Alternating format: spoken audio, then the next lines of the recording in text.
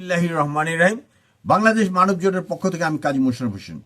আমি এর পূর্বেও বলেছি যে আমাদের দেশটাকে 22টি স্টেট, এটা পুনশ্চরবণ, আমাকে মাফ করবেন, 18টি জেলা এবং 6টি মহানগরী নিয়ে এই যে প্রদেশ গঠিত হবে। তার মধ্যে 6টি মহানগরী, 4টা এবং সিলেট এবং বরিশাল। 4টা মানে ঢাকা, চট্টগ্রাম, রাজশাহী, খুলনা, এই 4টা। আর নতুন আরো 2টা হলো বরিশাল এবং সিলেট। তো এইখানে যারা ওই কমিশনার আছে তারা এই পরিষদের সদস্য হিসেবে কাজ করবেন, এবং মেয়র এবং অন্যান্য 6-7টি পদ, 6 থেকে 7টি 8টি, কারণ তাদের তো আবার মন্ত্রী পরিষদও থাকতে হবে, বা মন্ত্রী পরিষদ না থাকলেও অন্য নাম দিতে পারা দেওয়াই ভালো, কারণ আমি মন্ত্রী শব্দটাকে অপছন্দ করতেছি।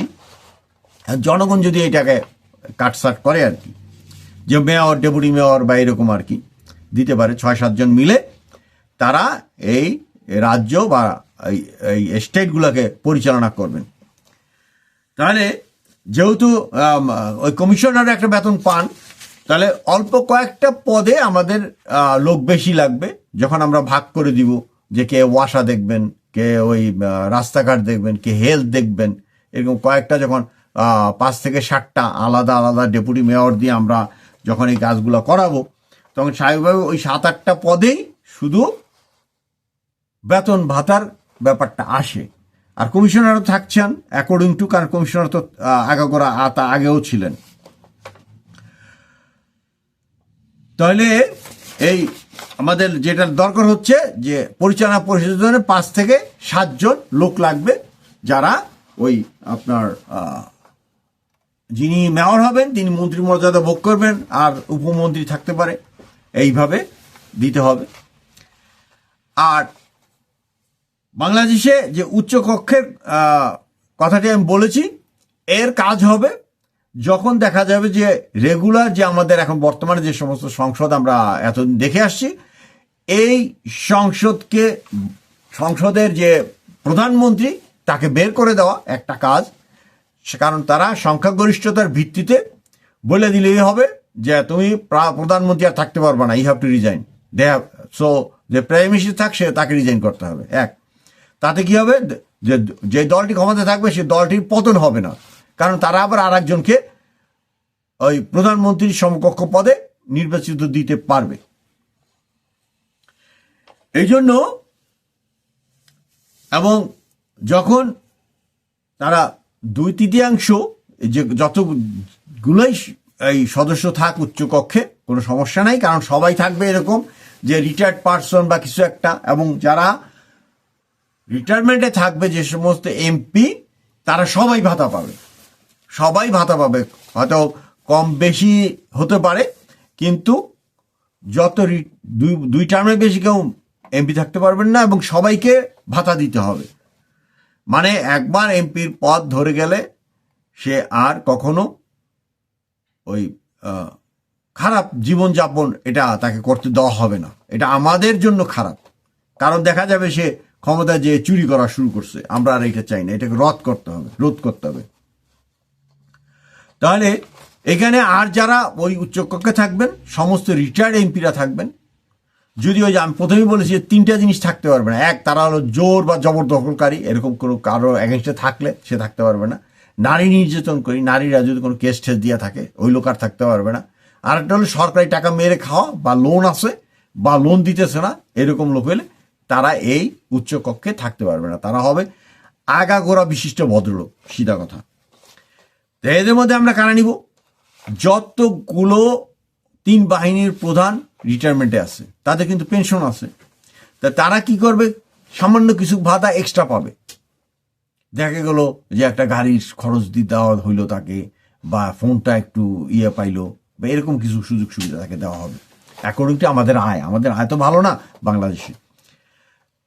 আচ্ছা, তারপরে আমাদের যতগুলা পাবলিক ইউনিভার্সিটি আছে, পাবলিক ইউনিভার্সিটির যত রিটায়ার্ড উপাচার্য আছে তারপরে আমরা যে 24টি স্টেট তৈরি করব, এই 24টি স্টেটের রানিং যে সমস্ত চেয়ারম্যান আছেন তারা, বা স্টেট চেয়ারম্যান, স্টেট গভর্নর, যেই নামেই ডাকেন না কেন, প্রাক্তন হাইকোর্ট, সুপ্রিম কোর্টের যত বিচারপতি আছেন, তবে তাদেরকে বলতে হবে আপনাকে এই প্রেসিডেন্টের কাছে যে আমি থাকতে চাই। হ্যাঁ, কতজন হয়েছে ডাজ নট ম্যাটার, কারণ এরা দেখা যাবে যে প্রত্যেকেই কোনো না কোনো ভাতা পাইতেছে। কারণ সংসদের যে মেম্বাররা ছিল তাদের ক্ষেত্রে ভাতা ছিল না, কিন্তু আমার প্রস্তাব হইল যে তারা 2 টার্মের পরে যখন রিটায়ারমেন্টে চলে যাবেন তখন তাদের ভাতা চলবে, 80% হোক 100% হোক। তারপরে সুপ্রিম কোর্ট বা হাইকোর্টের বিচারপতি, ওনারা তো বেতন ভাতা পাইতেই আছেন। সামান্য কিছু সুযোগ সুবিধা তাদেরকে দেওয়া হবে যদি তারা কাজ করতে চায়। তাহলে তাদের কি কাজ হবে? তাদের কাজ হলো যে কোনো লোক যখন স্বৈরাচারী হয়ে যাবে, কোনো লোক মানে প্রধানমন্ত্রী, মন্ত্রী, এমপি, তারা ইমপিচ করে দিবে। প্রথমে তারা সতর্ক করবে, 2/3 মেজরিটিতে পুরো ইমপিচ করে দিবে, একেবারে জীবনোত্তরে বাইরে থাকবে তার। এটা হলো যে আমার ভাবনা যে বাংলাদেশে এইভাবে উচ্চ কক্ষটা হবে আমার প্রভিন্সগুলা, এবং এইভাবে যে কাঠামোটা তৈরি করা হলো। অনেক হয়তো বলতে পারেন, আরে আমাদের প্রফেসর আলী রিয়াজ সাহেব দিলেন সংখ্যানুপাতে কি আবার? ওই তো তাতে একই সংসদ রইল, যেই লাউ সেই কদু। আপনি নিয়োগ দিলেন, মনে করেন আপনার ছেলেকে বা আপনার বাবাকে, এরকম আর কি। সংখ্যানুপাতে নিয়ন্ত্রণ করা মানে তাই। তো সেটা আমার দরকার নাই। আমার দরকার হলো বিভিন্ন সময় তারা যদি রাজনীতিতে ইনভলভ থাকে থাকুক, না থাকুক। এই যে উচ্চ কক্ষটা হবে, অনেকগুলা লোকের, মেবি 300 হইতে পারে, 400 হইতে পারে, 500 হইতে পারে, কোনো সমস্যা নাই। কারণ আমি তো বেতন দিচ্ছি না কাউকে, শুধু বেতন পাচ্ছে এখানে নতুন জিনিস অ্যাড হচ্ছে কারা, যে আগে সংসদ সদস্য ছিল তারা যদি এই কাজে আসে তাও বেতন পাবে, এই কাজে না আসলেও বেতন পাবে। তারা জীবনভর বেতন পাবে। কাদের মতো করে? বিচারপতি, হাইকোর্ট, সুপ্রিম কোর্টের বিচারপতিরা যেরকম 100% পায়, এই এমপিরাও এরকম ভাবে বেতন পাবে। কিন্তু আমরা সৎ এমপি চাই, আমরা চোর চাই না। নো মোর চোর, নো মোর গোয়ার তুমি, be a respectful person, that is our idea. মানব জোটের পক্ষ থেকে আমি কাজী মোশাররফ হোসেন আপনাদেরকে এই কথাগুলো বলছি। যদি আপনাদের ভালো লাগে আমি কৃতার্থ হব। আল্লাহ হাফেজ।